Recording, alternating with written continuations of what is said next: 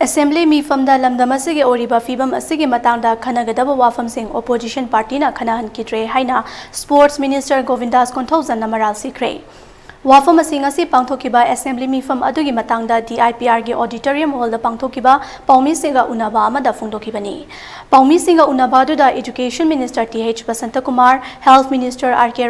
Ranjan, Thangmaiban Assembly Constituency ge MLA TH Joykishan, Moirang Assembly Constituency ge T Santi, Lamlai Assembly Constituency ge L Ibom Chasu Sarugyaki. Govindas na makata na hai pangthokiba Assembly mifam asida lamdam asige oriba fibam asige matangda khanagadaba wafam kaya marum lairi.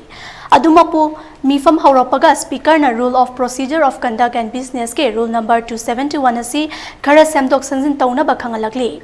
Masidagi opposition party na mifam masida charang na bathogan kre charang na badu nemtha na ba Speaker na pungkhai amagi matam pikhi. Masi fawa charang na ba adumak thokpadagi lamdam asige khanagadaba wafam sing khanadana Assembly mifam loisin kre. Karigumba wafam amata khanaba nanghandana Assembly mifam asi opposition party na mifam asi loishina bahot na bathawongni masi taseng na lamdam asige oina laibak thibani. Congress party di lamdam asida PR lapa khaktama uba party amani hainasu mahakna makhataki.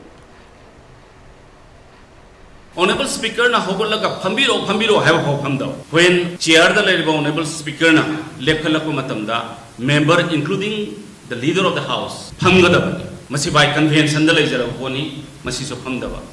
asiguma khudung sawa kaya singa si mahangre adugi mathakta Congress na pamri badi PR thamba Manipur da Rahul Gandhi masana supanba Manipur da kari PR thamdri banoidan Adhiranjan Chaudhary Lok Sabha gi leader Congress ki adumang nasu thamgiba do Manipur sida akoi gi leiriba constitution gi obligation punamak sing asi skip tawthok la heraga house dissolve tawraga PR la na bagi adugumba yamna laibak thiba demand amani na ai mayamda sengdok charna bagi sigi media sida isarug yajabani adumoinama honorable chief minister na on the floor of the house ngasi Manipur ye oiriba fibam kaya aduga commission of inquiry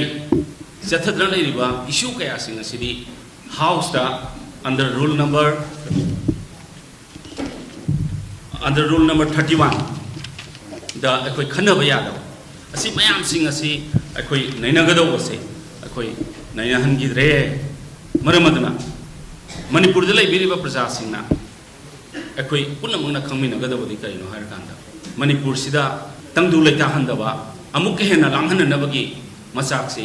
opposition singa sinbani haidana ai mayam da thamjaki